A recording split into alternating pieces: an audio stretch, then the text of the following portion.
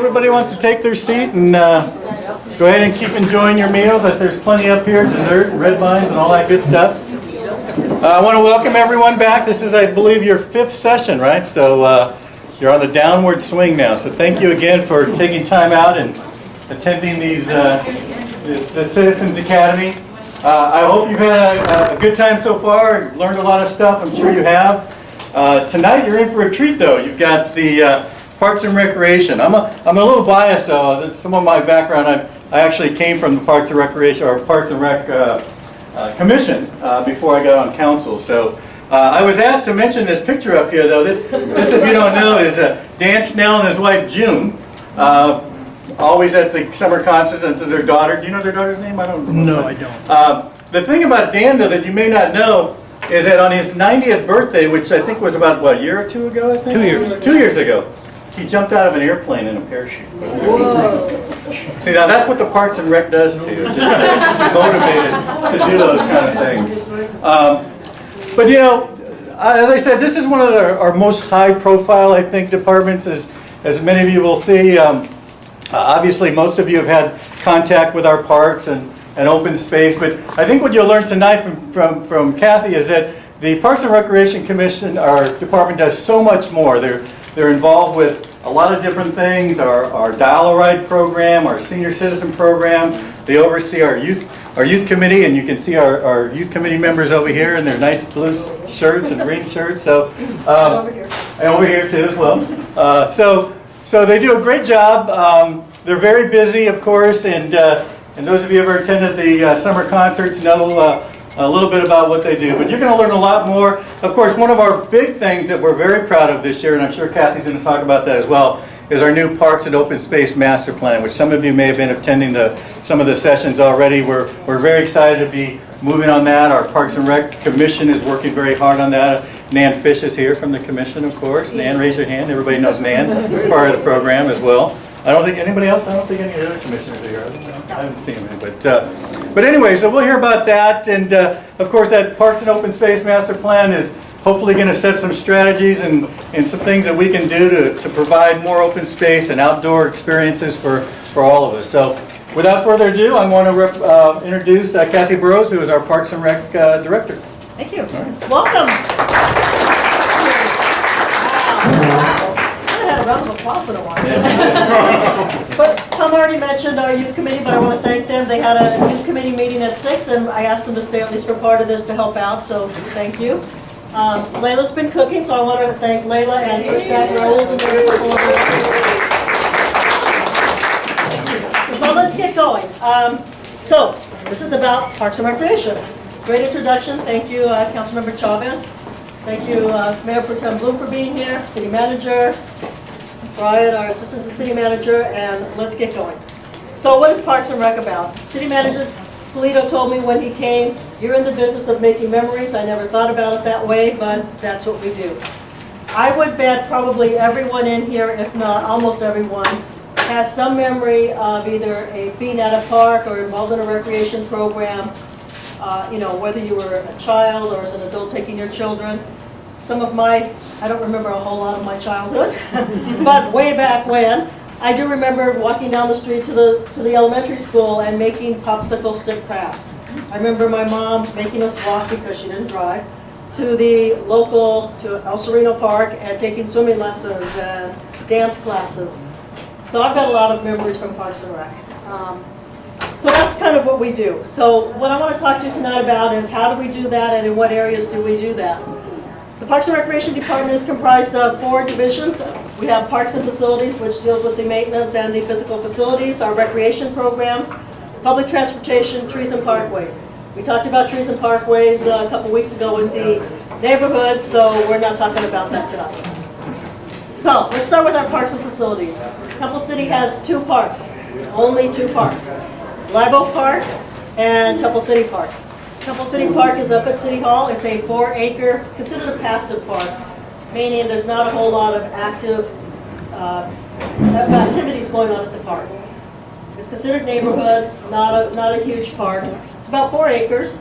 It is home to our Performing Arts Pavilion. There are picnic shelters there, a small playground, Newest items, we have our Walter Temple bust in the corner.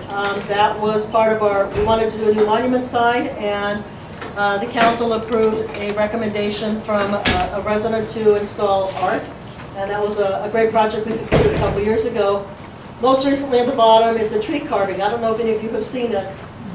We wanted to present, we had a very large 80-year-old cedar tree that was in Temple City Park. It was severely damaged from the windstorm. But we didn't want to totally take the tree out, so we came up with this brilliant idea to take it down to a stump and have someone carve it, which they did. So it's somewhat preserved now, at least for the next, hopefully, 10, 15 years, instead of having to take it all out. Live Oak Park, this facility here, I don't know if any of you had trouble finding parking, but on busy nights, it's very, very busy and not a lot of parking. This is about a 15-acre, it is an active park, meaning there's a lot of activity that goes on in it. This is home to the community center, which is a large building over there. Oak Park Annex, the building you're in. We have a concession stand, as well as playground and fitness equipment, basketball and tennis courts that are lighted athletic fields, and picnic shelters. Just some of the activities that go on a regular basis.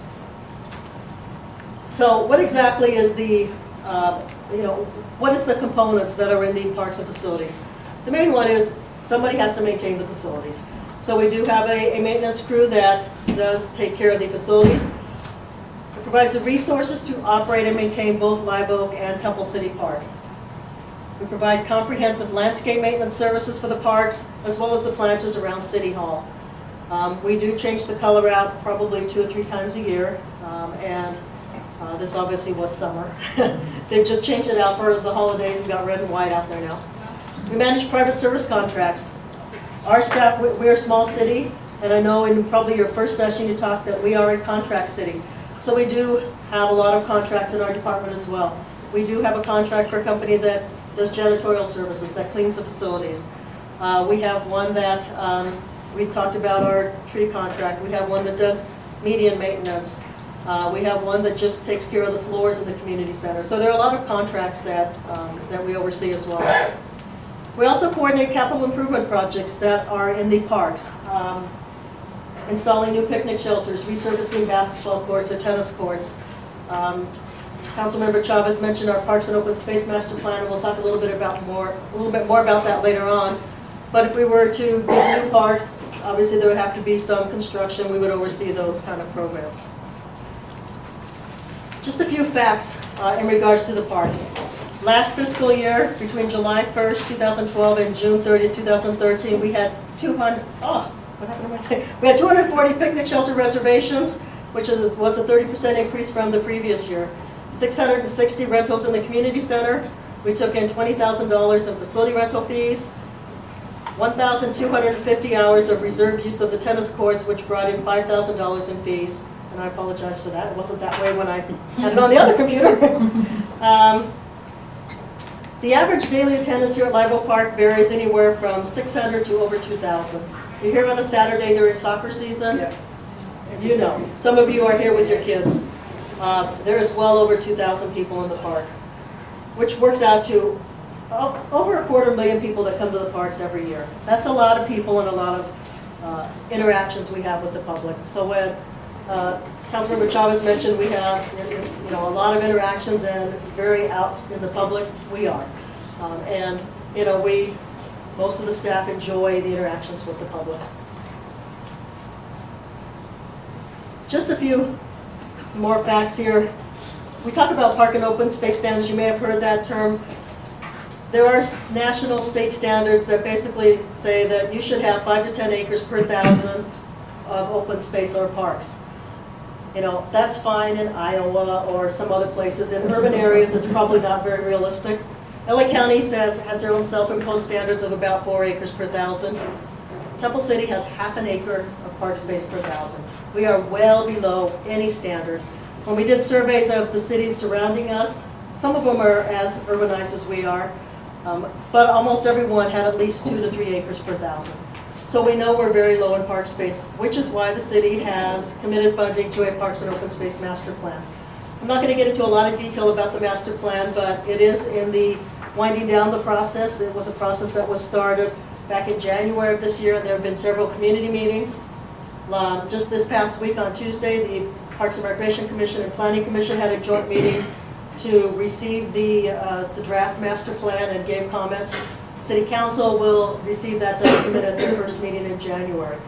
And I know some of you have been attending the meetings. And what this plan does is it looks at, well, the first thing it did was it did a lot of, gathered a lot of community input. And so there were surveys, there were focus group meetings. The one thing that I was very impressed with was they did a statistically valid survey. I didn't know what that was until we did the master plan, but they have a separate company that is not involved with the city, with the consultants. And there was a survey that was mailed to, I believe, 2,500 random households in Temple City. Did anybody get the survey, by the way? I did. Randomly, I got one. Hopefully you filled it out if you did. It was sent back, if you notice, to a company, and I don't even know where. They gathered the information. The reason I like this is if I'm holding a meeting for, you know, hey, come to the park and tell us what you think we should have in Live Oak Park. If I'm a sports organization, I'm going to get all my sports people there and say, tell them you need a basketball court, or tell them you need a soccer field. If it's mailed randomly to residents, there are a lot of the residents that receive these that had never been to the parks, or maybe once or twice. And so I think it's a much better, it's a better overall view of what the entire community thinks and not just special interest groups. But what the outcome was that, you know, from these surveys and that, interestingly enough, some of the main things that were needed or felt were desired that we didn't have, the number one thing was trails, walking trails or bike trails. Other things, Wi-Fi in the park. You know, I think of a park and go and play on the swings or something. Wi-Fi in the park. That's something pretty easy that we can deal with right away. We don't need another park, you know, another 10 acres to put Wi-Fi in the park. Dog-friendly parks. Dogs aren't allowed in our parks right now. So those are things that we can look at and maybe have some, you know, we talk about low-hanging fruits, things that we can deal with right away. There's other things that will come up later on, but you know, but anyway, it's interesting. The consultant has identified some possible parcels that could be used. Some of them are a little high in the sky, let's put it that way. But again, this is a long-range plan. Not necessarily for me, maybe for my kids or my kids' kids. You know, we're looking 5, 10, 15, 20 years down the road. So that's what the master plan is about. Let's go to the recreation part. We do a lot of recreation programs. We provide services and activities that contribute to our residents' quality of life through the following areas. We have youth and teen programs, fee and charge classes, senior programs, special events, sports, and a very healthy volunteer program. I just want to quickly go through each of these. Our teen program, you're in what we call our teen zone. This is where our teen program is held. This program was developed about 12 years ago to address an unmet need. We had an after-school recreation program for elementary age children, but when they got to junior high, there were no more programs for them. And we started hearing from a lot of parents, I'm not comfortable leaving my child home alone, I'm working, can you start a program? So we started a teen program. At first it was up at Oak Avenue School, but we didn't really have a facility there. We went to another location, didn't really work there. And then the city decided to fund building this building in 2009, 2010. And once this building was built, this became the home for our teen program. Last year we had, or currently right now we have 40 teens registered in the school year program. In the summer we get about 100. If you can imagine 100 teens here every day, all day in the summer. It gets a little noisy down here. But what we do is, it is a fee-based program, but there is I believe I want to say $10 per year if they don't need transportation. If they do need to be picked up from school and dropped off here every day, which most of them do, it's very reasonable, about $100 a year. So it's a very inexpensive program. They do activities, special events, we have field trips. A lot of it is just socializing. Teens don't necessarily want to do something, they just want to hang out. But there is general supervision so they can hang out safely. And then we do have a computer lab in the back. A couple of the computers are gone because we're getting ready for a training next week. But this is our teen center. Our after-school program is called STARS Club. It stands for Self-Esteem Through Activities, Recreation, and Sports. It's an after-school recreation program that is held at all the elementary schools in Temple City. Cloverly, Upper La Rosa, Longton, and Clemenson School, which is in the El Monte School District, but actually located in Temple City. I highlighted recreation because we really try to impress on our parents that this is a recreation program. It's not childcare. We're not a licensed daycare facility. It's not designed for childcare, but it is a supervised after-school recreation program. Most of our activities are outside. Includes homework time, games, crafts, sports, field trips, etc. Just 2 years ago, we went to monthly sessions. We used to just have a fee for quarterly. We decided to go to monthly sessions. It's $100 a month, which is very reasonable if you're looking for childcare. Right now, we have 180 youth registered at the different schools. In the summer, we have 2 5-week sessions with about over 200 youth. Stars Clubs actually started in the late 90s. Up until the late 90s, or actually around 1990, the city had an after-school drop-in program, which meant, you know, we opened up, we had usually one rec leader out at each school site when they got out of school. Kids would just come and hang out. They could leave if they wanted. They didn't have to sign in or out. There wasn't a fee, you know, so they would come and hang out. Well, as more parents started working, it became less. The parents had more problems with that because they weren't sure where their kids were. They could leave. We couldn't keep them there. They just left and went off to their friends, and the parents didn't know where they're at. So our attendance started declining. And we would end up with maybe 10 to 15 kids on the site. Well, in 1989, I believe it was, the state decided that they needed some of the city's monies, which happens every so often. So the city was faced with having to reduce programs because we didn't have funds for all our programs. One of them that the council decided they needed to cut was our after-school program. The Parks and Recreation Director at the time, which was not me, I was a supervisor but not the director at the time, came back to council and said, if we can make this program pay for itself, will you consider allowing us to offer it again? And the council said yes, we would. So that's where Stars Club came from. It became a fee-based program, and the first several years it was completely covered by the user fees. We had, I think the first 1 or 2 years, we had probably 50 kids signed up at every site. Just making the changes that the parents wanted, having a sign-in, sign-out program. It was a membership, you know, supervised activities. Our staffing ratio went up a little bit, so we had 2 staff at least on each side, probably a 20-to-1 staffing ratio. And that brought our attendance up to, you know, 45, 50, 60 kids every session. Since then, it's continued on. We have had to change the program based on parent needs. Originally, when we started in 1990, it was open until 5 o'clock. We've extended the hours to 6 o'clock. We have a lot more parents now, or households where both parents work, and so it was important to accommodate the hours. We did a survey last year of our Stars Club parents because our attendance started dropping again. We're never going to be content just sitting back on our laurels and saying, hey, it's a great program. When attendance starts dropping, there's usually a reason why. So we decided to ask the parents, and one of the things we found out is a lot of them need morning care. You know, they go to work early, and you know, there are parents that are using this program for child care, even though I keep saying it's a recreation program. The school offers a quality care program, a child care program, but it's very expensive and it's usually filled. So this is another option for parents. So we're looking at those kinds of things that when we hear from the parents, you know, do we offer morning care now? You know, that's a tough one because then we start getting into, you know, child care. And as I mentioned, we're not licensed. We never claim we're licensed, but it could start getting a little touchy there if we start going too far that way. Day camp, real briefly, we offer day camp programs during the winter and spring breaks, similar to Stars Club, but it's all day. We usually theme them. This one, I don't know if you can tell it up, but this theme was Survivor. So the kids all did Survivor activities for the week. We will have a 2-week winter camp, the 2 weeks that school's out around Christmas, and then we have one in the spring. We average about 50 or 60 participants a week, and they do same thing, games, competitions, they always have a trip, and you know, it's usually held here at Oak Park. The program that really pays for itself, where the department actually brings in the most money, is our fee and charge class program. These are classes, and you can see some of our more popular ones listed there, that independent contractors come in and teach. It's not staff. These are individuals that have specialty in one of these areas, and they give us a proposal. They want to teach a program, and they are paid on a % basis. So if they have 20 kids registered, at $100. They get 70% of the registration fees. The city gets the rest.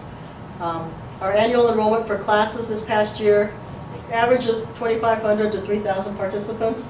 We usually have between 35 and 45 different classes each session with 100 or more selections, meaning there could be tennis classes, but you could have beginning tennis, advanced tennis, tennis clinic. So there's different levels and for different ages within each one. This, by the way, picture is our kids in the kitchen. I don't know what they're cooking, but he's very intent. We have a great senior program. A couple years ago, at the request of some of our council members, we worked with Supervisor Antonovich and got a senior lunch program, a meals program going. It was so successful the first year that I think we impacted some of the other lunch programs in other cities, and they ended up having to cap us. Honestly, I thought we would get 20, 25 people, at the senior lunch program. We were well over 100 every day.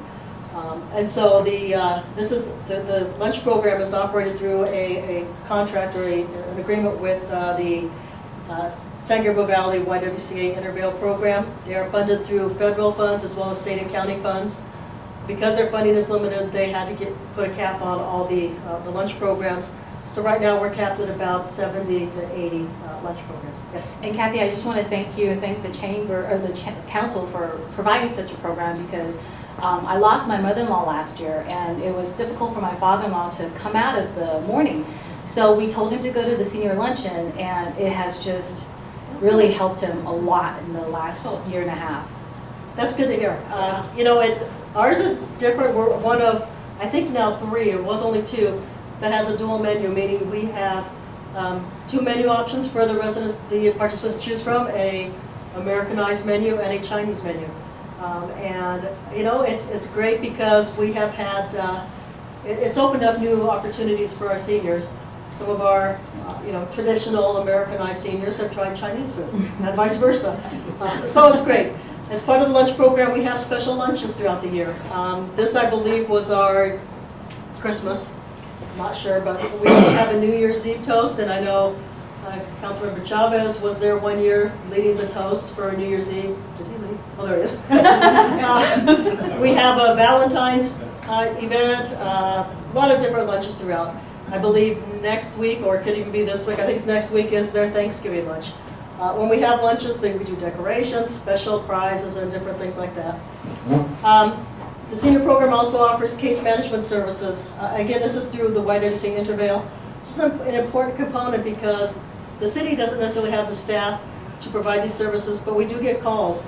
It could be a senior or a child of a senior that has a problem, whether it's elder abuse in a nursing home, or they need legal advice, or food. They don't have food. They won't leave their house. A lot of different, serious cases that we don't have the resources. So we contract with Intervale, and they provide those services in several different languages. As I mentioned, they do a lot of special activities throughout the year. Excursions, very popular. We do 1 to 2 a month. Let's get everybody out going places. Bingo we started a couple years ago, about a year ago. This was at the request, or the insistence I should say, of one of our volunteers who's also a senior who attends the program, insisted we start bingo because they do it at Garvey Park in Rosemead. I used to work in Rosemead. Let me tell you, those bingo ladies scared the crap out of me. But anyway, so we did start bingo, and we can't play for money. And we explained that to them. We don't have a bingo license, so we play for gift cards or just little giveaways. Just started, and they have their first meeting, I believe it was today or yesterday. We have a senior activity committee. Our goal is to find out what the seniors want, instead of us telling them what they want. What do you want us to plan? And the best way to do that is to have an activity committee that works with our staff to help us plan programs and activities. So we're looking forward to some new and exciting things coming about that. Right now they're helping staff plan the upcoming holiday and New Year's Eve lunches to see what kind of things we should do with that. Special events we talked about. I love this picture. This was the best kid of Halloween, let me tell you. We do a lot of activities. What's that? Is that Mike costume? No, that one's not. I actually thought this was a little boy, it's a little girl. It was cute enough without the spear, but when the mom gave the little girl the spear, I thought, oh, that's it. I lost it. Anyway, a lot of events we do. We talked about our summer concert series. Very popular, extremely popular. The picture down at the bottom is a picture of one of our concerts. We are probably one of only a few cities that have as many concerts as we do. I think we usually go anywhere between 10 and 12 weeks. It depends on where Labor Day starts and when we fall. Usually we'll start the middle of June and go until the Wednesday before Labor Day. Great bands, we have great turnout. I love the concerts. You know, it always amazes me, and I walk through the park thinking, doesn't anybody have anything else to do on a Wednesday night? But you know what? I'd be there anyway, so it's great. Campapalooza. This is we love this one. It started about 10 years ago. We camp overnight here at Oak Park. We invite families to come out. Last year we had over 90 families that came, anywhere from probably 3, 4, 5, up to 6, 7, 8 families. What we noticed this year, more so than any other year, is we had different generations, multi-generations coming. So we would have the kids and their parents and the grandparents all coming and camping. We try and do activities for all ages for the camp out. Let me back up. The reason we started this is we wanted to give a camping experience to people that hadn't camped without having to go too far away. Brian was telling me, you know, he calls it glamping, kind of glamorous camping. Now, Brian will do it with his motorhome somewhere, but, you know, they actually bring tents. You know, and we have a lot of people that come that have never camped before. They come and they've got their brand new tent still in its box in the bag.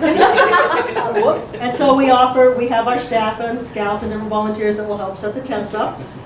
We give them dinner that night, breakfast in the morning, and send them on their way. So it's just overnight. Last year, well, the year before last, we had a Western theme, so we had a mechanical bull, we had inflatable pony races, we had a petting zoo, story time for the little kids, just a lot of activities throughout the afternoon. Starts about 4 o'clock. You know, we go till, I think lights off are by 11 o'clock, just because we have a lot of neighbors around here. And then have breakfast in the morning, and the park's cleaned out by 10 in the morning. So great event. If you've never done it, I would highly recommend. Bob, I would tell you, I've never spent the night here. I've been here till midnight, but then I go home to my bed. Come on to the Fall Festival. That's a joint project the city does with the school district. They showcase their performing arts and their vocal arts programs. City provides entertainment, they provide food, so it's a great joint venture. Halloween Carnival, obviously was held last Halloween. We are looking to change that one up a little bit next year. I talk about we're not just going to sit back and let the programs, you know, go. We want to make it even more successful because Halloween's going to be on a Friday night next year and Saturday night the next year. We're looking at that as an opportunity to expand. We're going to expand the hours. One of the things that we were doing with the teen program before is we would do teen dances. That attendance has dropped off dramatically. Apparently not a need anymore. So we're not going to do a teen Halloween event, but what we want to do with our Halloween Carnival next year is have a teen area, sectioned off teen area. Could be on the tennis courts, we haven't decided yet. We'll do different activities for the teens, maybe have a DJ out there. They have to be a certain age to go into that area. So again, we're trying to make it more of a whole family experience instead of just geared for the smaller children. Lights on Temple City's coming up, one of my favorite events. This is the city's kickoff to the holiday season. This will be held December 6th. It's a Friday in just a couple weeks. You may have seen the tree crew out on Las Tunas recently. They're putting white lights in the trees the ficus trees on Las Tunas. We put lights in the big redwood tree in Temple City Park.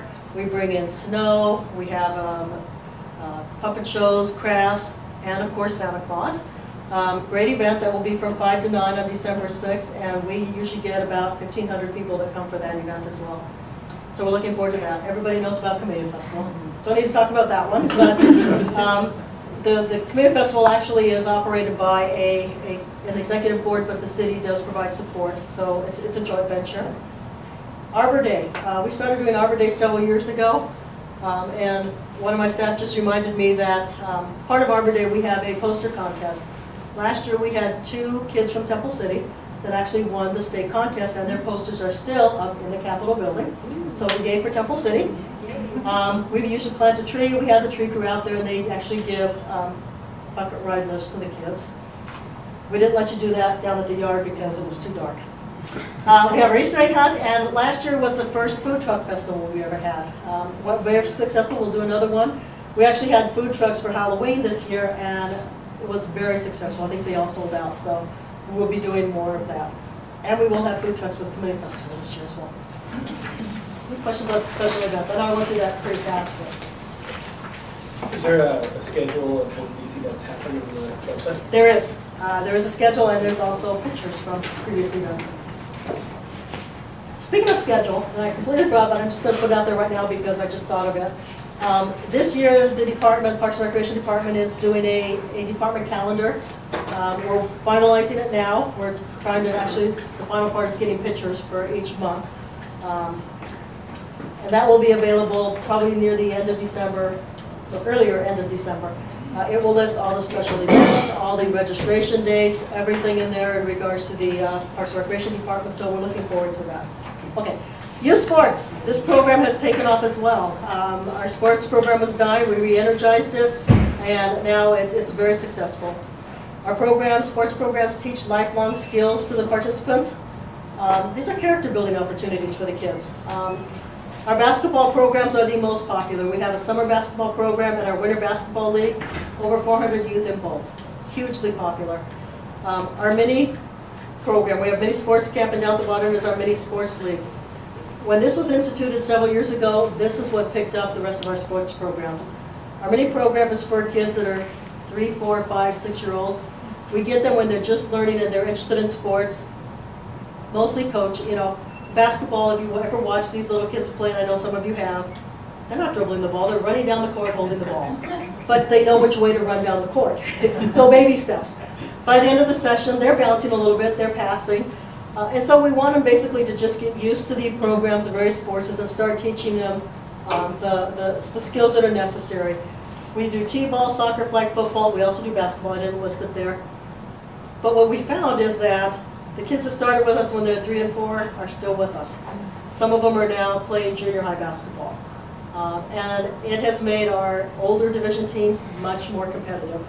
When we go to tournaments, years ago, Temple City would go to a San Gabriel Valley tournament and we would get killed. In fact, there were times when the officials at halftime of a football game would come over to my staff and say, "Do you want to quit? It was so bad, 60-0. But, and I give my staff and the kids credit, they never said yes. They said, "No, we're going to keep playing. We could come back and win." Couldn't, but now we've won championships, not only San Gabriel Valley, but Southern California. And I think part of it is because of our mini sports program. We're keeping a lot of our kids throughout the whole process. Mini sports camp, we get about 340 youth. That's in the summer. And what we do is 2 weeks of different sports. So 2 weeks of soccer, 2 weeks of football, 2 weeks of baseball. There's discounts if they go the whole summer. If they make the whole summer, they get a special medal. We do give awards for every participant at the end of each season. Flag football is the one that's been declining. And so we need to look at that. And we've checked with other cities, and that program is declining in other cities as well. So that's the one that concerns us. Pentathlon. Anybody know what pentathlon is? You may have heard, in fact, with the Olympics, they do a pentathlon. Ours is similar to that. What we do is 5 events. They do a softball throw, a 50-yard dash, a 400-yard run, or meters, not yards, I'm sorry, standing long jump and standing triple jump. They start practicing on each playground side, and then we have an all-city meet here at Oak Park.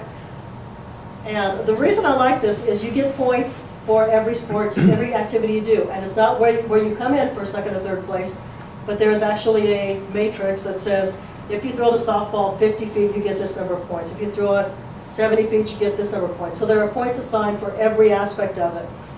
So you can have a child that can't throw a softball but can really run, and they're going to get more points for that part of it. So you add all the points up, and whoever has the most overall points is the winner. So it's really a neat program. This year we're also going to be throwing track and field in, so we're going to start track and field as well. Also this year we started a junior high intramural program. These are all for elementary or younger. Well, other than basketball. Basketball we do have junior high. This year we started a junior high flag football and volleyball program, which I failed to put on there. So hopefully that will take off as well. I mentioned we have a very successful volunteer program. This has been going on for many years in Temple City. Currently, we have about 250 active adult and teen volunteers, meaning they volunteer on a regular basis. It's not one person that comes in one day and that's it. They're active volunteers. They help the city tremendously with special events, translation services, clerical assistance. We have a lot that are up at City Hall, working with the finance department, with the planning department, community development, city manager's office. The biggest group, though, is with our senior lunch program. And when we started the senior lunch program, that was a bit of a concern. We knew we needed 15, 20 volunteers to serve the meals, to plate the meals, to help out. And we were a little concerned that we weren't going to get them to commit to every day. No problem. We've had no problem with that. So we have a great group of volunteers that help us with the senior lunch program. They are recognized every year as well by the council, by the staff at the Volunteer Appreciation Luncheon. Our hours have increased over 150% over the past 5 years. Part of that is because of the senior lunch program, but just we get, a lot of it is just, the community members wanting to give back and volunteer. We have adult and youth volunteers, high school students that need service hours. We'll help them get their hours. Many of them stay on after their hours are done.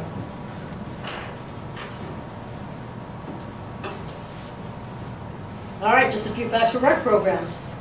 55% of our expenditures are offset by user fees.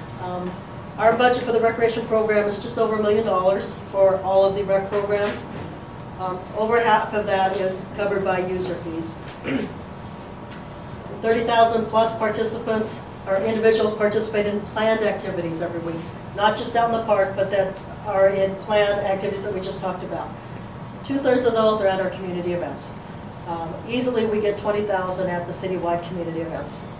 Halloween Carnival, a couple weeks ago, we probably had at any one time 1,000 people. So throughout the evening, you figure there's a little bit more than that. We register participants through a program that is called CLASS. It's an online recreation program. We are starting next week, phasing that out and going to another program. But right now we have about 2,400 families in our database, people that have registered for classes or families. About half of those are Temple City residents. So we are serving people outside Temple City as well in our programs. All these programs are put on by just 9 full-time staff. We rely heavily on part-time staff, contract instructors, and volunteers. All right, public transportation. This is going to be probably a short discussion, but an important one. I believe as part of your finance discussion, your second session, Tracy House talked about special funds. Public transportation is funded with Prop 8, local return funds, which are special funds. They can only be used for transportation programs. Our transportation programs right now, we fund about $790,000 for these areas. Dial-A-Ride is the biggest chunk of that. We have a Dial-A-Ride program that provides curb-to-curb service for our seniors and persons with disabilities. They will take individuals anywhere in Temple City for any reason. If you want to go visit a friend, if you want to go shopping. We'll also go outside to the adjoining cities for specific purposes, medical appointments, government facilities, churches, adult daycare facilities. And they also go to the San Diego Mall. Just a couple years ago, we added the Home Depot down on Lower Zusa. To add additional locations, we usually have a recommendation from the Parks and Rec Commission, and then the City Council approves it. We try not to go to, the Prop 8 funds are from a sales tax, half-cent sales tax increase back in the 80s. We want to keep our people in Temple City shopping, eating in Temple City, so we're not going to take them out of the city to go shopping somewhere else or to go eating somewhere else. However, we have made exceptions, and I mentioned the Santa Anita Mall because there really isn't something comparable in Temple City. Home Depot, when McVeigh's Hardware closed down, there's really not a hardware store. Kmart has some, but not a whole lot. And we do get some sales tax from Home Depot, so we felt there was justification for that location as well. We do, probably every 3 to 5 years, we will solicit proposals for Dial-A-Ride services. We will be doing that in the spring for our Dial-A-Ride program. We probably have about 1,200 to 1,500 registered Dial-A-Ride members. Not all of them use the service. We do have quite a few regulars. And it is becoming more popular, which is becoming a challenge because we're finding that some residents can't, when they call for a ride, their times are not available. So we're having to deal with that situation as well. We also are responsible for bus shelter maintenance. The city has two types of shelters. Our small bus shelters that are along the Baldwin, Las Tunas, most of Las Tunas. And then we also have, or had, advertising shelters. Most of them were along Rosemead Boulevard. They have been taken out now due to the Rosemead Boulevard project. I believe there will be shelters going back. I know there will be shelters going back in. And there has been discussion that those would continue to be advertising, may or may not. The ones that were advertising shelters, the city received revenue up to, I believe it was $130 per shelter per month in advertising revenue.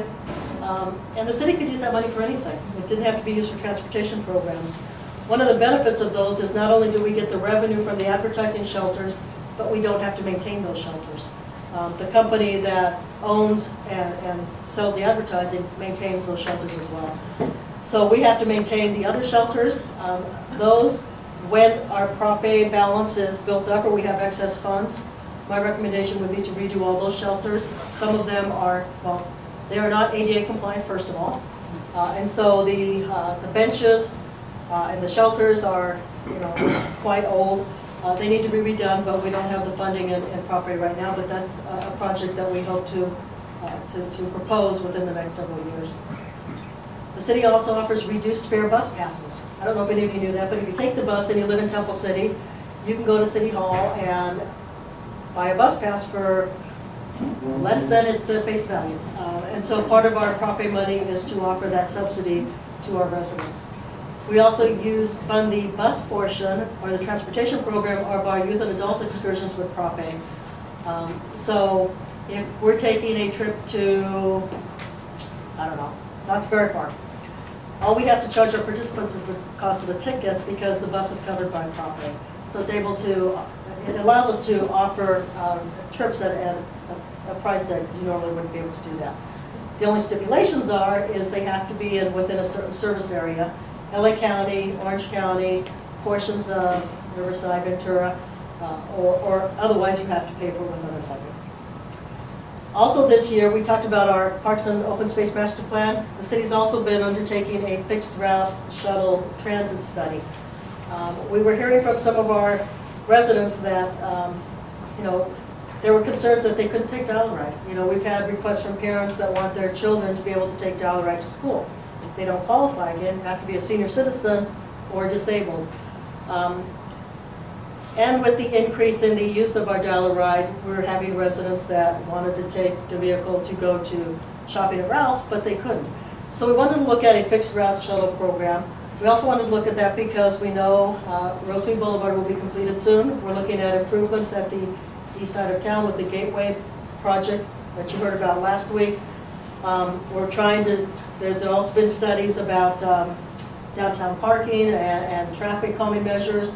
So we're looking at ways that we can maybe accomplish all of these. So we thought maybe a fixed route shuttle might work, where it would stop at various locations throughout the community, pick up people, take them to different destinations. 25, 50 cents a ride would be open to anybody. So we had a study done. We've had a couple meetings this past year. The consultant has given us their final recommendations. This did go to actually the Parks and Rec Commission and the Public Safety Commission did consider the recommendations and made some recommendations to the City Council. The Council will receive that input, that report at their December 3rd Council meeting. So a lot of these projects are winding up right now. They are recommending, the initial recommendation from the consultant was cost prohibitive. I'll put it bluntly.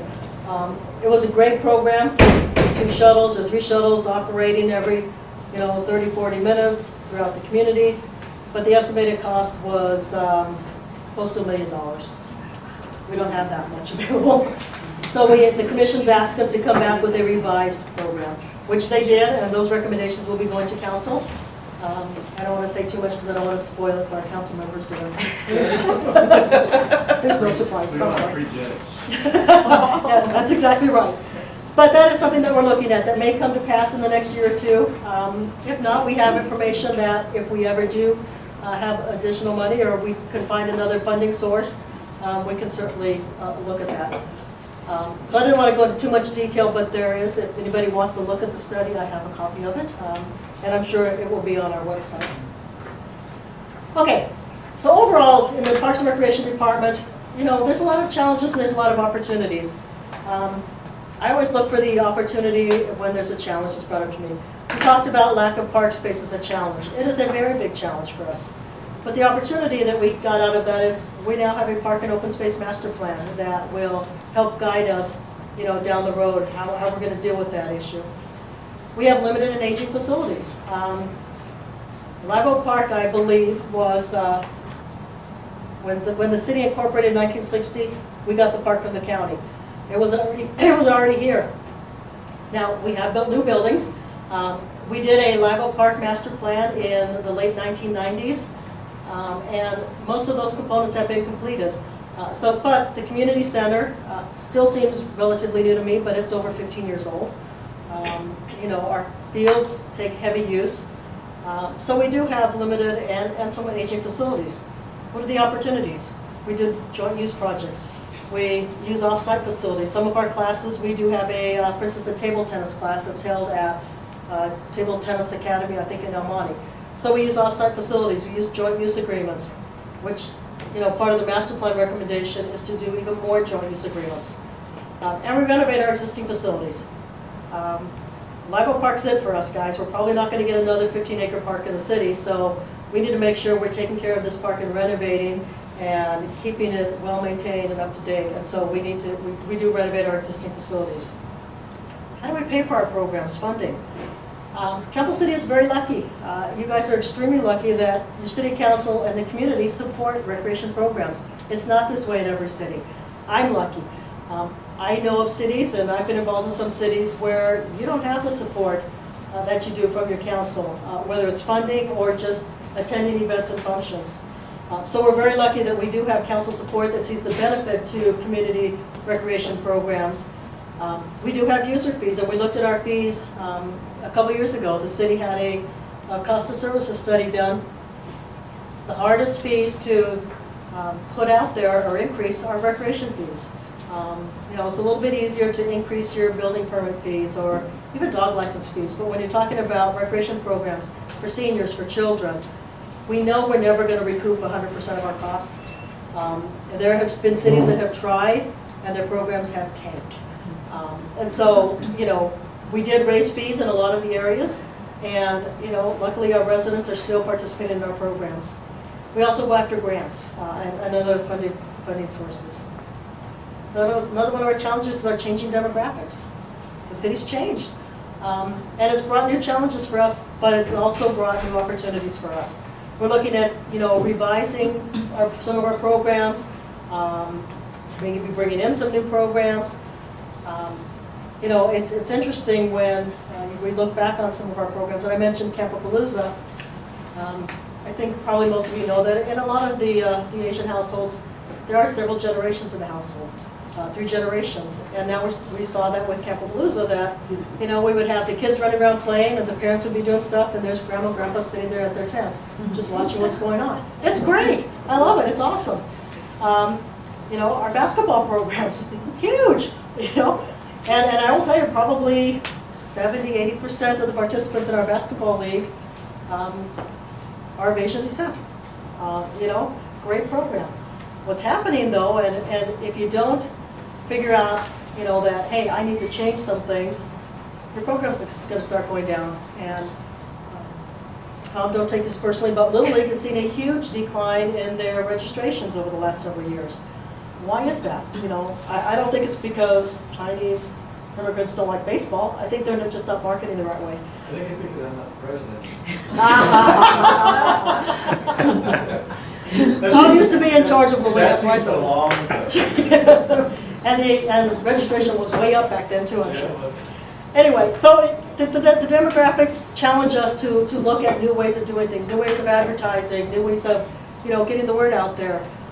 We're going to have you work on some exercises at your tables after the discussion, and one was going to deal with the problem that we're having in the parks. And I'm not going to tell you now because I don't want to spoil it. But I'm going to be interested to see how you come up with some solutions to some of these things. All right, so I wanted to get through this in less than an hour because I want to give you plenty of time. We've got some great challenges that you're going to help us work on.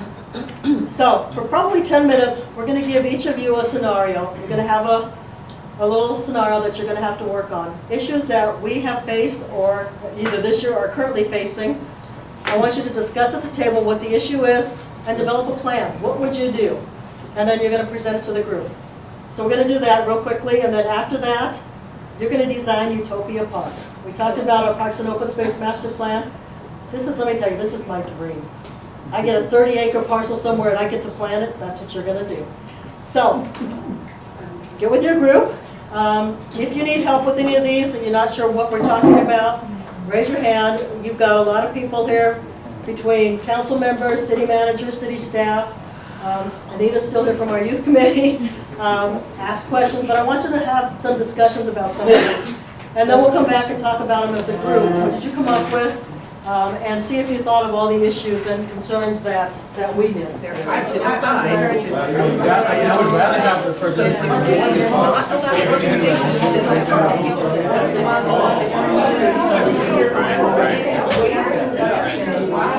How would you justify that? But, yeah, but you're saying that none of these groups pay the city for using their I think part of it is budget. I think part of it is you have to give I know it might sound biased, but like preferential treatment to typical city residents, right? Right. So if they're residents and they teach a class, and if they're the ones that are basically having the 1 or 2 students, right. I mean, you would have to show them that, look, this is we only have so much to do. Do you have any suggestions or? because it's about people are taking classes. But not even people that are business that are being trained, acting, well, yeah, it's just like you're an adult leader. Just learning how somebody should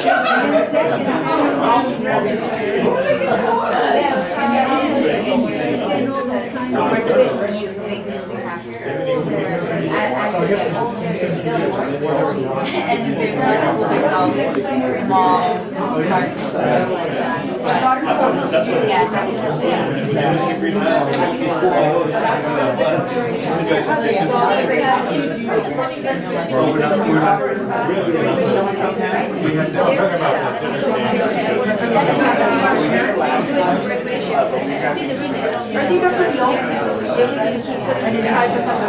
Her girlfriend even came to Well, you said that right now they don't have utilities, they don't pay it. like rental was offered for years. I told her, because her mom. I was going to say that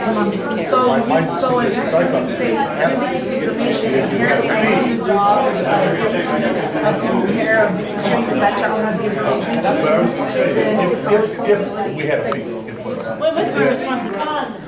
We do. Let this do, all right. Here's the issue, real quickly. Ban charge classes, follow the latest trends, and cancel current programming, or remain loyal to instructors who have been teaching the same class or a similar class for many years with minimal participant growth. What do we do? Okay, so what we wanted them to consider, is it better to have a tried and true program that at least brings in minimal participation and some revenue, or try a new program that may or may not bring in greater participation either immediately over time? If you decide to cancel your current programs, how do you explain or justify your decision to your loyal instructor and their few participants? The other issue is with only one city facility we talked about, what do you do if a new program becomes too popular? You know, let's say we've got 200 people now that want to take this program. Do you cancel additional existing classes or make room? What did you guys decide? What did you talk about and what were the... We threw in the towel. We're fighting to another department. We try that every once in a while too. That's what we do. We said, you know, we would try the tried and true program, but if the new programs can bring in, generate money, or generate additional members, it would be a good thing. I think what we said was time management for specific programs, like you can you know, have the ones that are not so popular during the weekdays or, you know, times when when facilities aren't being used. And the more popular ones get the priorities. Okay. And like criteria, certain criteria that they have to hit, certain membership numbers or students or what have you, so you don't have to have that explanation or justification with programs. Good thoughts. We have this all the time, by the way. We've got some teachers that have been with us for 20 years. They've got loyal participants, loyal followers, but it's declining. And then we have someone who says, hey, I want to bring you this, and I've got all these people. And so it's a challenge that we have all the time. Any thoughts from anybody else? Good job. Great. Oh, I'm sorry. Yes. Yeah, maybe you need to. I know. I know I get it from you. Did you want to talk? You just have to say yours. Go ahead.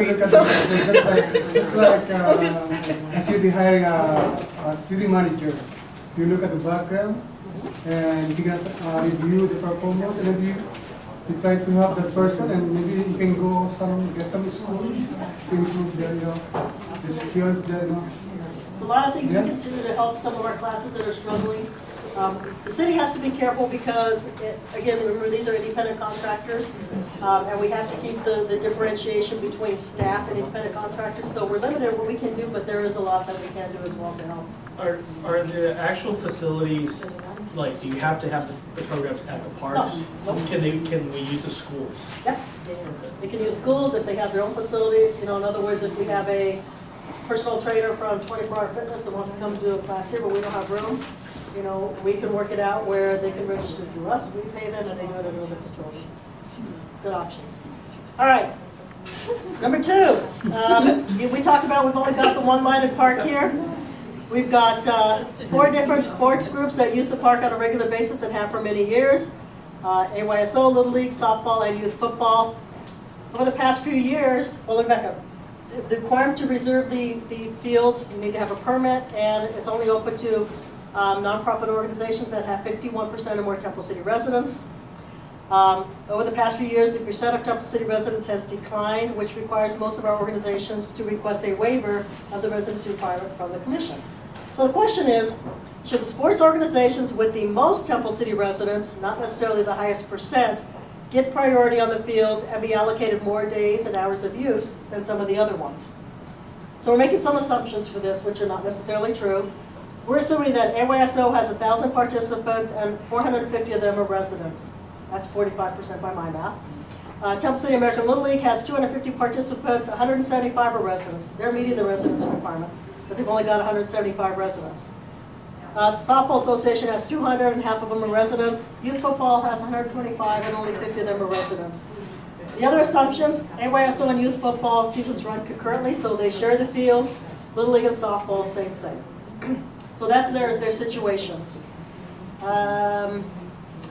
So here's what we wanted to think about. Little League and football have been in existence the longest, each probably over 40 years. I know Little League, American Little League celebrating their 50th anniversary this year. AYSO has about 20 years and softball has about 10. We also have other private sports organizations, club soccer, baseball teams that want to come in and use the facility and say they'll pay. Right now, these sports organizations only pay for the lights. So what do? Who's got number 2? We do. Oh, boy. Okay. I want to hear this one. What do? Do you let the groups that have more residents by numbers or the higher percents, or how do you divide field space? We have Go ahead. 2 groups of We don't thought. agree. We Disagree. Okay. Yeah, we didn't really agree. That's how we are too. Yeah, well, one thought is, you know, for these nonprofit organizations that have less than 51% resident rate ratio, to collect a small fee for them to use the field to cover the maintenance, and by collecting the fee, it may discourage them to request more hours and have them look elsewhere for the free park. So you're saying charge a fee for those that don't meet the residency requirement? Yes, and then for the ones who meet, obviously they don't have to pay because, you know, we're already paying for the maintenance of the park through our property taxes. So that's one train of thought. The other opposing thought is, you know, well, there are two points to that. One is then people who are able to pay more may want to just, well, since I'm paying for more of the, I'm paying a fee, or I can pay more, let me use it more. Another point is, some families may not be able to afford it, then they're going to be tacked on to paying the fees and yada yada. So, we have two opposing thoughts here. Okay, and you know what, and this is a big one that's coming up in particular. Let me go back. Football, has, as I mentioned, our flag football league has declined. The tackle football program has also declined, and we know it's coming and the commission gave them a fee waiver last year, but their numbers are dropping, and they've got very few that are residents, probably 40 or so. And they use almost as much space as AYSO, who has over 400 Temple City residents. So we know the question's coming at some point from someone, probably AYSO, hey, we need more space. Why would we give football as many hours of use that AYSO has when they have much less participation? So that's one of the issues that we're facing, and it's a tough one. And any thoughts from anyone else before we move on? I understand why there's a difference of opinion even when we take it to commission, believe me. All righty. Number 3. Who's got number 3? Oh, you lucky people. This is probably our biggest challenge right now. Let me tell you, this is a challenge in the Parks and Rec industry throughout California, particularly Southern California. In a nutshell, permits are required for organized use of the certain areas of the parks, including the athletic fields, picnic shelters, tennis courts. For the last several years, we've seen an increase, and right now we have at least 10 exercise groups, Tai Chi, line dance, that go out in the park and exercise every morning. We go to Temple City Park or here, they're all over. Great, it's a public park, no problem. However, there are some issues and concerns. Some of them charge a fee to their participants, some don't, some are free. None of them have a permit, so they're using the park free of charge. They indicate they're simply using the park to exercise in. They're not requesting reserved use, and in fact, we have a large line dance group that dances in the picnic shelter out here every morning. If somebody has reserved use, they'll move, no problem. Our park maintenance staff has had to adjust their schedules, however, cleaning schedules. We don't have them go blow off or hose the shelter when we have the groups in there, as much as they would like to first thing in the morning, because that's the best time to do it. So it's having an impact as well. Many other cities are experiencing similar problems. Some have personal trainers, boot camp people that come out to their parks and are actually teaching their classes out in the parks. It's free. Hey, it's great. Let's be in the park overlooking the Pacific Ocean in Malibu. We'll do our class for free. So this is becoming an issue throughout all of Southern California. So, should this type of informal group gathering be required to follow the same policies and procedures that apply to other organized users? We just talked about our sports groups have to have a permit. They have to provide insurance certificates for that. Do we require these groups to have permits or not? Okay, this type of use does cause wear and tear on the grass. They're out on the grass every day and exercising, and it does tear up the grass. Who's liable if somebody gets injured? They're not registered with the city. The other issue, public parks are available for all members of the public to enjoy. If we require a permit, does their use out there infringe on the rights of others to use the park? Somebody else that may want to sit in the picnic shelter. On the other hand, if we institute a permit policy, does it infringe on the right of the exercise groups to use a public park? I can't wait to hear this. Would you help me with this problem? Well, I think we all agree that the easy answer is to follow the existing policy and regulations of the state culture. And I think part of that may come through educating the users. Perhaps there's not enough signage, it's not clear what the policy is, someone may misunderstand. Maybe there's a language barrier for someone using it. And so I think with more signage, you could also help with some of the problems that you're having, like closing the shelter when someone's using it. You can post that, oh, hey, this is regularly cleaned on a daily basis between this time and this time. Please don't use it. Or this area is off limits during that period of time. That could probably solve a conflict with a regular scheduled cleaning. And the other thing is we need people out there to notify them. Some people might not see the signs. We need to be proactive and engage the community with these issues. And the ones that are using it, and I mean, organized may seem like a very vague definition, but if you're there on a daily basis, I think you could make a pretty reasonable case that that would be considered organized. I agree. And so, just like, you know, a lot of these groups are charging fees for their classes, for the same reason you wouldn't allow a random vendor to set up shop in the park, you wouldn't allow some guy to have his class there and charge fee and not pay a permit or register with the city. Interesting, okay. But if they're not paid, they're not collecting fees, then really you can't do anything about it. You know, and the challenge, I guess, comes in is anybody can go use the picnic shelter if they want. They don't have to reserve it unless somebody else has it reserved. And so, you know, that's what they're saying is, we don't want to reserve it, we're okay. You know, if somebody else is using it, that's fine.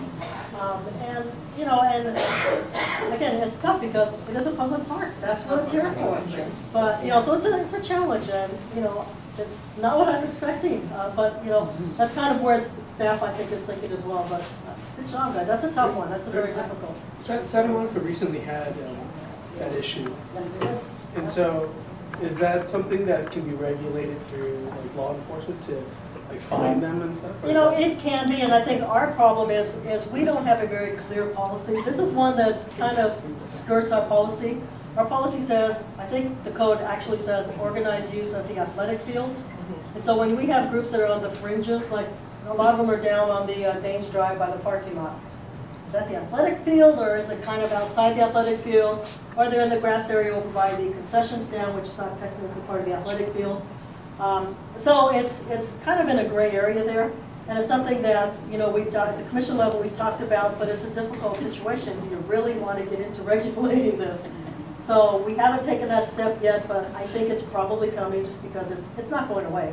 One of the things we've talked about as part of the master plan is maybe you know, either here in Temple City Park or Lago Park, or if we have another park that we do, is make a place, because part of the master plan, they went out and talked to these groups and said, hey, what would you like? You know, you don't have to program what kind of things, they want to be on the grass, they want to be on concrete. So maybe we make a concrete plaza in Lago Park here for specifically that purpose, and we schedule them throughout the day or throughout the weeks. So there's different ways that we're looking at trying to deal with that situation as well. Yes? Yeah, I see that a lot in the Temple City Park. I mean, it's full of people. If they were not allowed at all, period, what harm would it do to the city? What harm would it do to the city? I don't know that would it do any harm, other than it wouldn't allow people that, I'm assuming a lot of them are residents, a place to exercise. Yeah, It's their. You know, I think it's their right to use the park. Right, Yeah, it's their that's the right to problem. use the But it park. doesn't affect, you know, it doesn't affect me one way or the other. Right. Other than we have to maintain the park, but, you know, I don't know that this, you know, and I don't want to speak on behalf of the council or the city manager, but from, you know, our point of view, you know, on the one hand, it's great having people in the park. They're not here when the park's crowded. If they were here in the evening hours and there were reservations, that would be a problem. But the park's pretty quiet in the mornings. You know, the problems we have is, you know, and I don't know if you noticed, but up at Temple City Park, we've reseeded portions of the park, and we only do a part, not the whole park, but portions of it, so we have room for these groups. But trying to make sure, okay, we're trying to grow the grass back, please stay off the grass.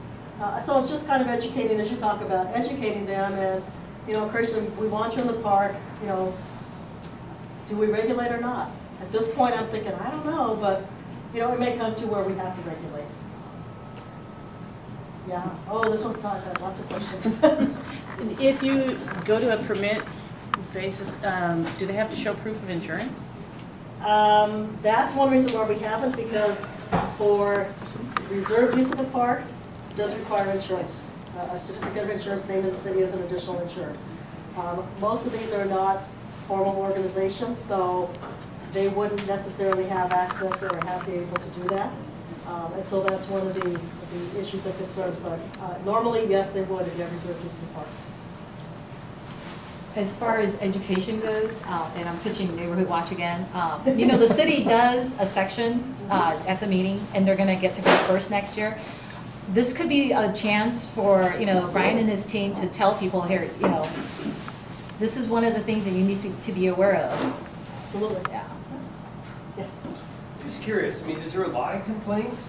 No, This no, sounds like- no, no, no. We've had a few, but not very many at all. Okay, so then, you know how life is and problems, and, you pick your battles, you You pick your betcha. fights, and, so to me, I'm just looking No, at I'm not it, picking. unless, people end up throwing rocks at them or something, potentially just kind of let them be, I mean, And that's that's kind of the approach I've taken so I far. was gonna say, I think that's often why I've got nothing bigger has really issues. been done, is Right. because it's, I mean. people aren't showing up on City It's Hall, actually, picketing. it's very pleasant to see them out there. Right. And they're out there early, Right. and they really don't disturb anyone, and they're very gracious about moving if something's going on, so there's really not an issue right now. They are, very much. There's just a lot, it's like, what started off with maybe 20, 50, now it's like 300. It's just a lot. Just as far as programs, can you make that a program? That is another option we talked about, is actually operating a program inside. Yeah. We have thought about that, but we haven't done that yet.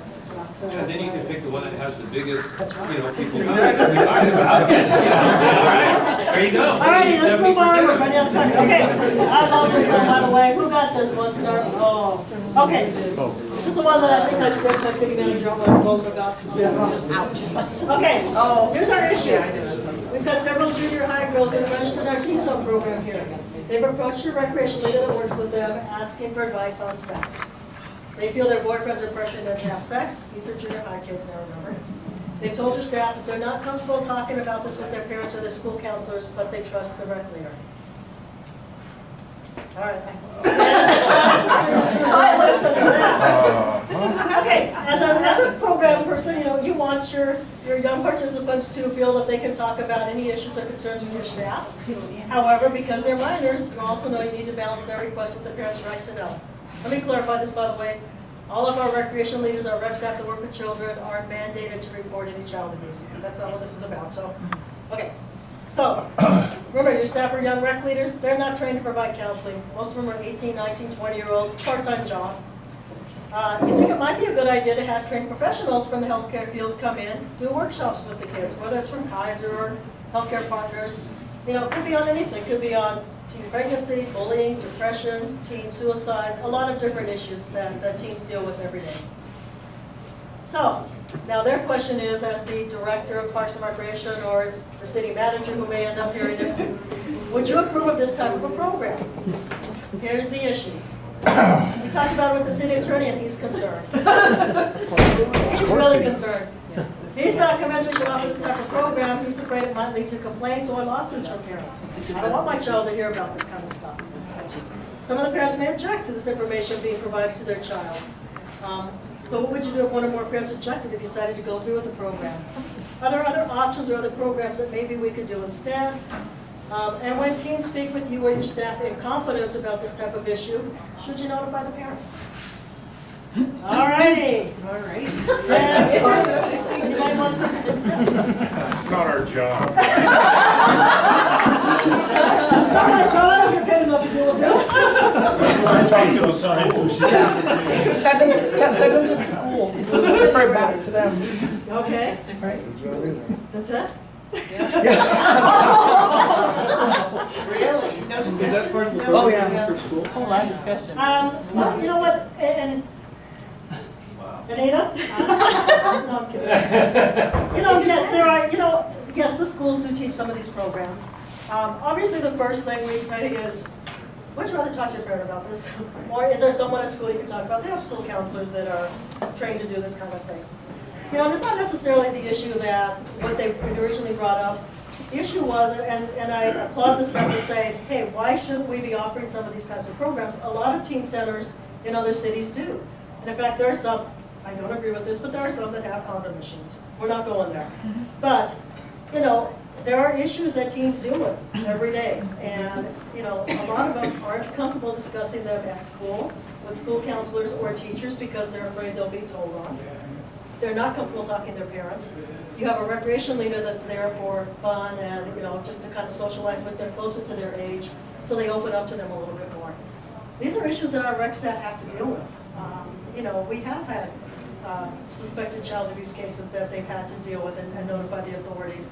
And the reason I bring this up is not necessarily for you to give us an answer, but just to let you know that our rec leaders deal with these situations all the time.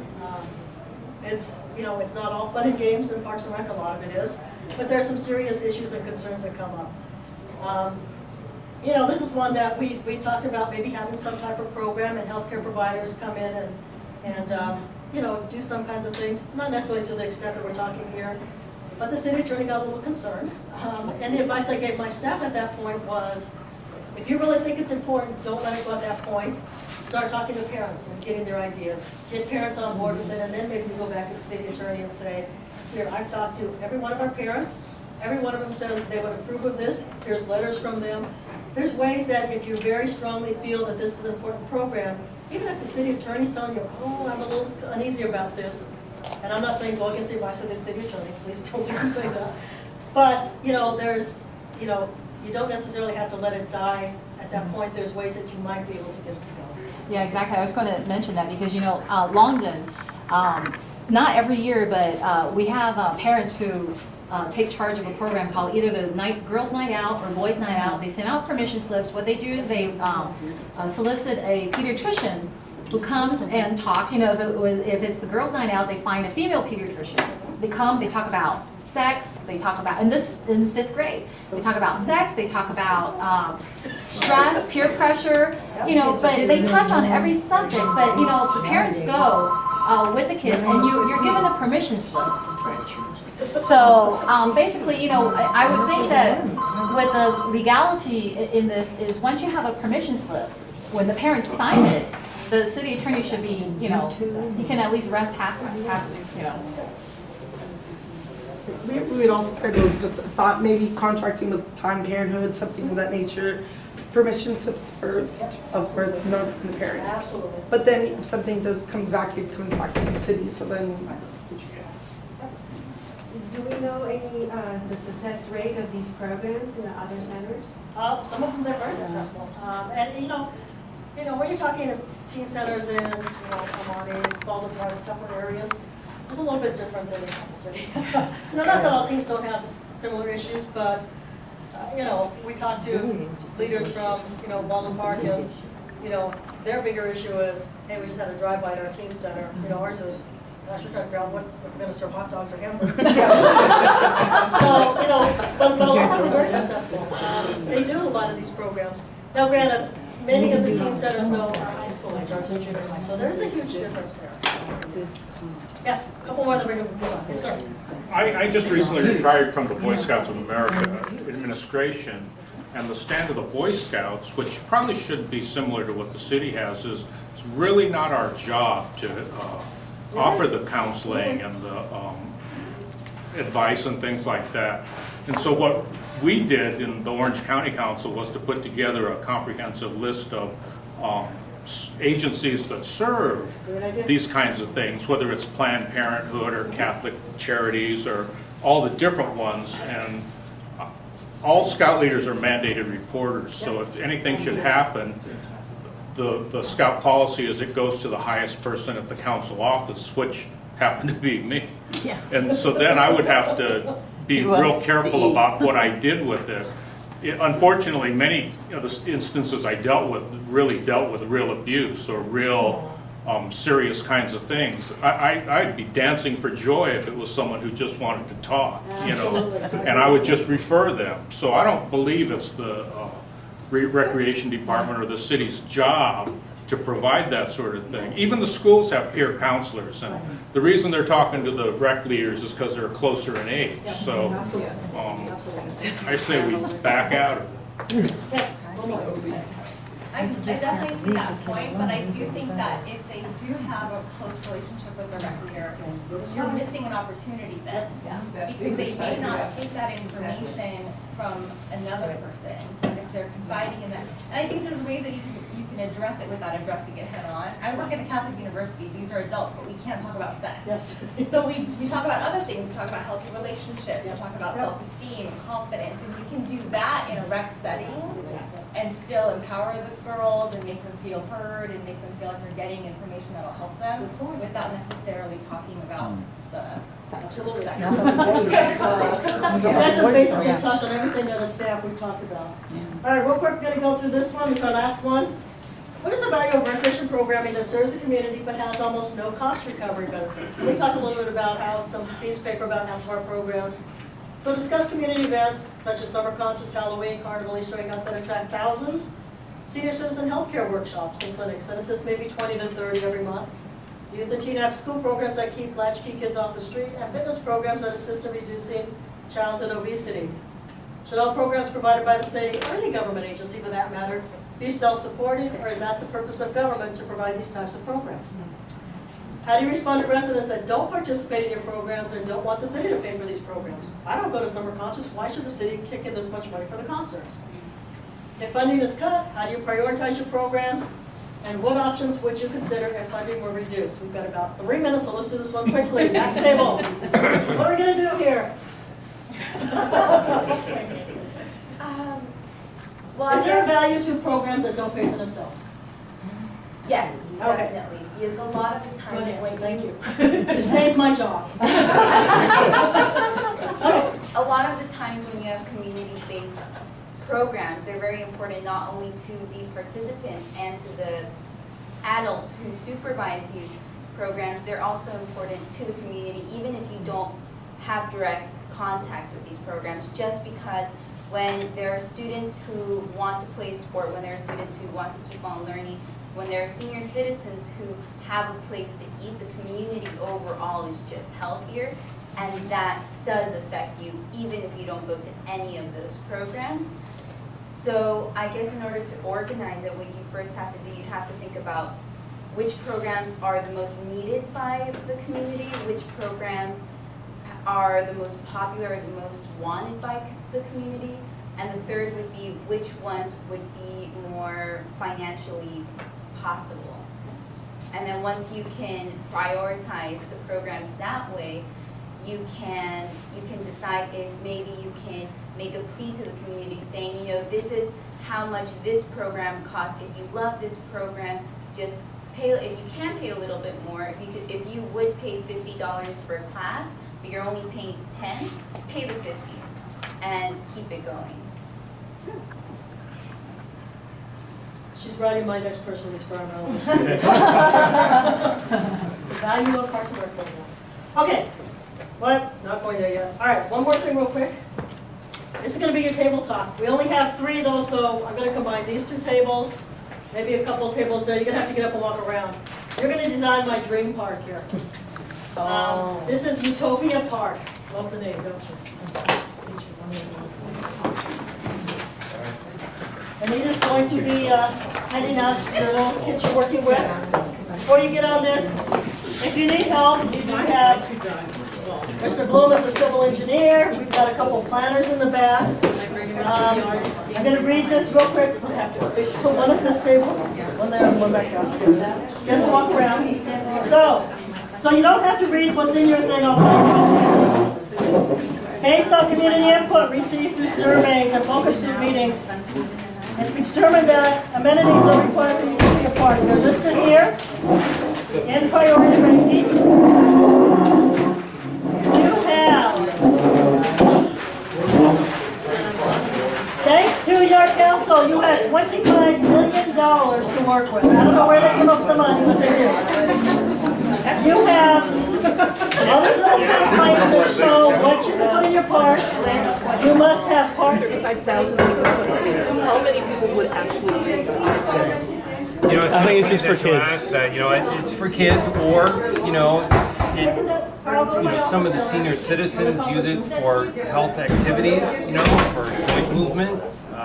I got 2 replaced knees. And it's important. I mean, it doesn't have to be. It doesn't have to be part of the park. It could be part of the school. Right. But the city doesn't want to take liability for that. Yeah. Well, or because so we actually go to the one in Sierra Madre because that's the only one that's around us and probably the nicer one. Yeah.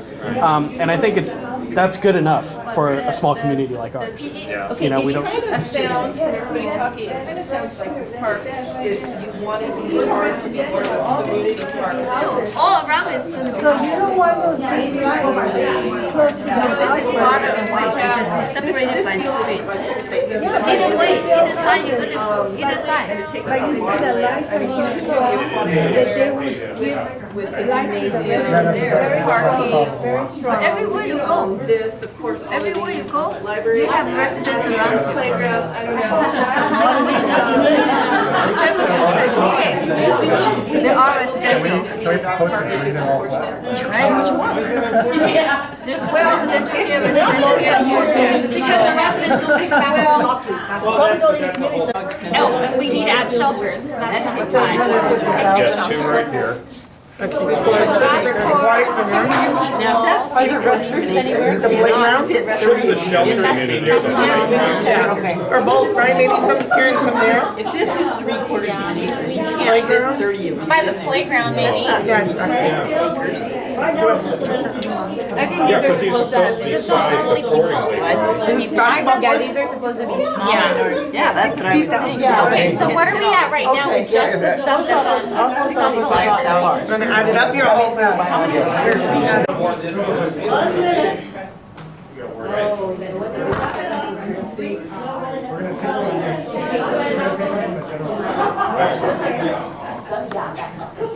You can tell I'm not a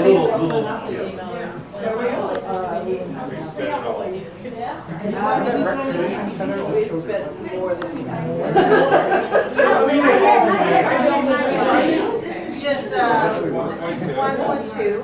Before we were putting both of And then those, this is Right, this is 1.2, and then that's, okay, so that's 1.5, so that's 41. Just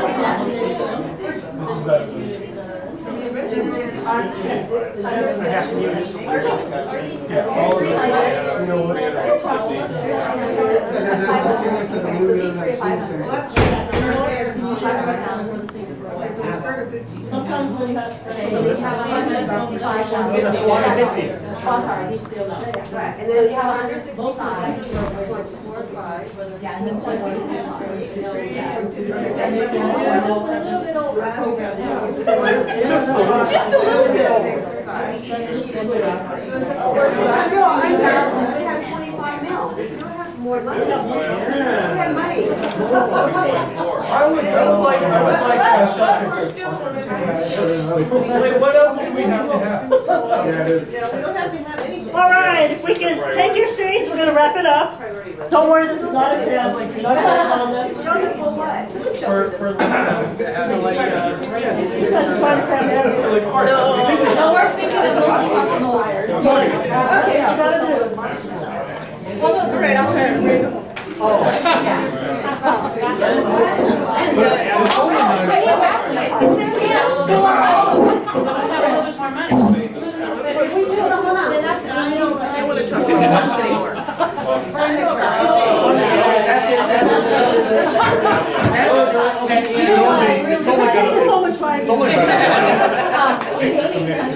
In the parks,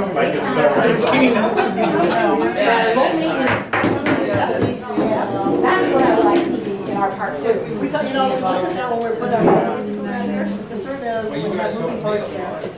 Yeah, and plus, you know, I don't Alrighty, it's almost time to wrap it up.